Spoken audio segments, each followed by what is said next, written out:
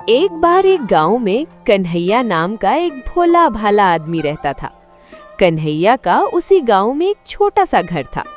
घर में वो और उसकी पत्नी और एक छोटा सा बच्चा रहता था, जो उसकी पत्नी को अभी अभी कुछ दिन पहले ही हुआ था। कन्हैया के पास जमीन तो खूब सारी थी, पर वो सारी जमीन बंजर थी। उस जमीन पर कोई भी फसल नहीं हो पाती थी, जिस कारण वो अपना घर चलाने के लिए एक मुनीम जी के घर पर काम करता था। भाग्यवान, ओ भाग्यवान, आज मुझे मुनीम जी के पास बहुत सारा काम है। आज मुनीम जी का अनाज बाहर शहर बिकने को जाएगा, तो मैं आज खाना खाने नहीं आ पाऊंगा। तो तुम आज मेरा खाना किसी के भी हाथ मुनीम जी के घर तक पहुंचा देना। फिर कन्हैया मुनीम जी के घर पर काम के लिए निकल जाता है।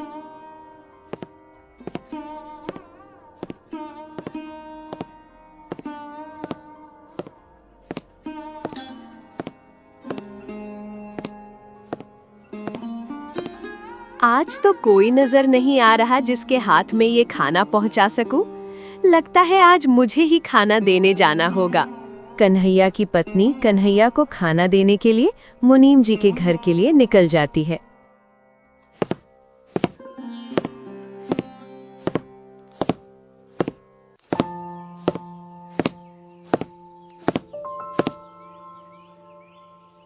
मगर रास्ते में उसे एक सांप काट लेता है।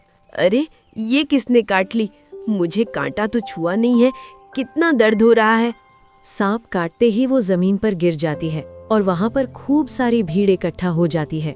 कन्हैया लाल, अभी अभी गांव से एक खबर आ रही है कि तुम्हारी पत्नी को एक सांप ने काट लिया है। तुम्हें तुरंत ही उसके पास जाना होगा।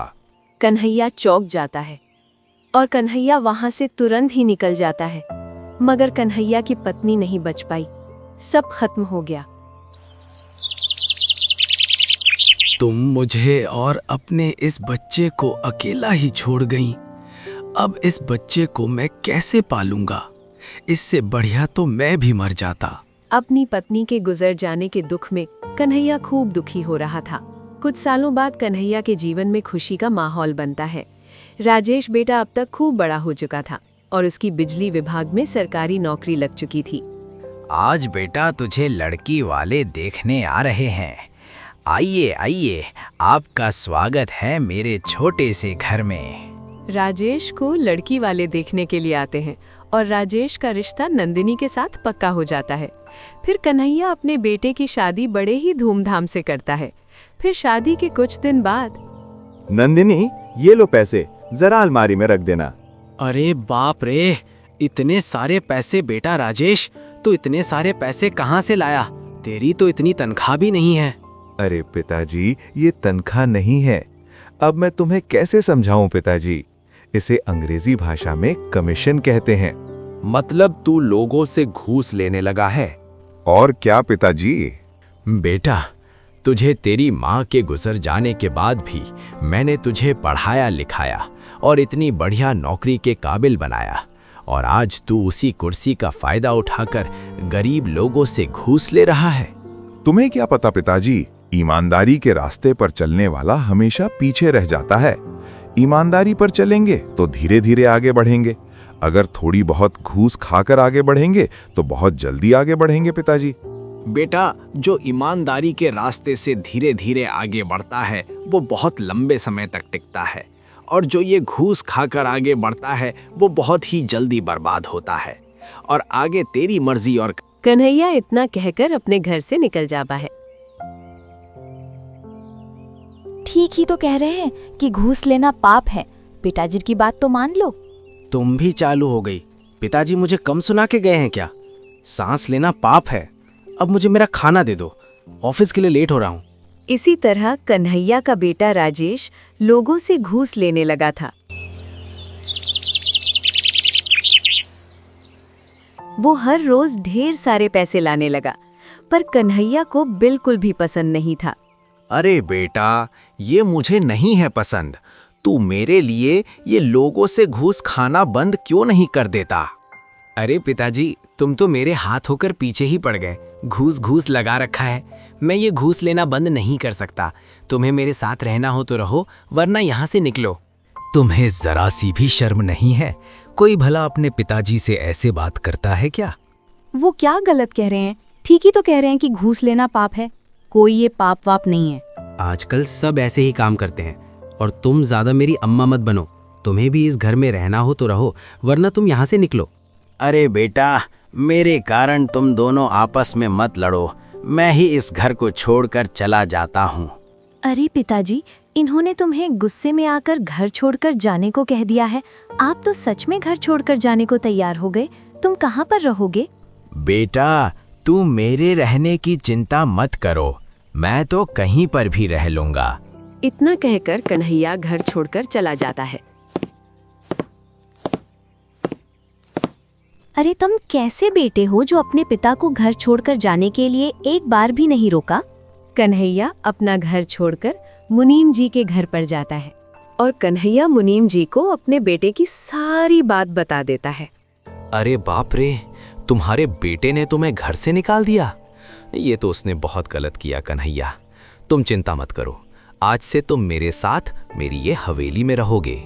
नहीं मुनीम जी, मैं तो मेरे खेत में ही रह लूंगा। कन्हैया, तुम वहां पर कैसे रह पाओगे? मुनीम जी, मैं वहां आराम से रह लूंगा। तुम्हारा मुंह उतरा उतरा क्यों लग रहा है? आज ऑफिस में कुछ हुआ? हाँ, आज मैं लोगों से घूस लेता पकड़ा गया और अब मुझे अपनी नौकरी से भी निकाल दिया गया है। और मैंने जितना भी घूस का पैसा खाया है वो मुझे सरकार को वापस लौटाना होगा। मुझे बिल्कुल भी समझ नहीं आ रहा अब मैं क्या करूंगा। कन्हैया अपने खेतों के बीच में एक झोपड़ी तैयार करता है और उसी झोपड़ी में रहने लग जाता है। मुनीम जी कन्हैया से मिलने उसकी झोपड़ी पर जाते हैं। अरे मुनीम जी, आज तुम्हारा ये मेरी झोंपड़ी में कैसे आना हुआ? अरे कन्हैया लाल, तुम्हारे लिए एक खुशखबरी है। अरे जो तुम्हारी बंजर जमीन थी ना, वो एक फैक्ट्री निर्माण के काम के लिए खरीदी जा रही है, पूरे 5 लाख रुपए में।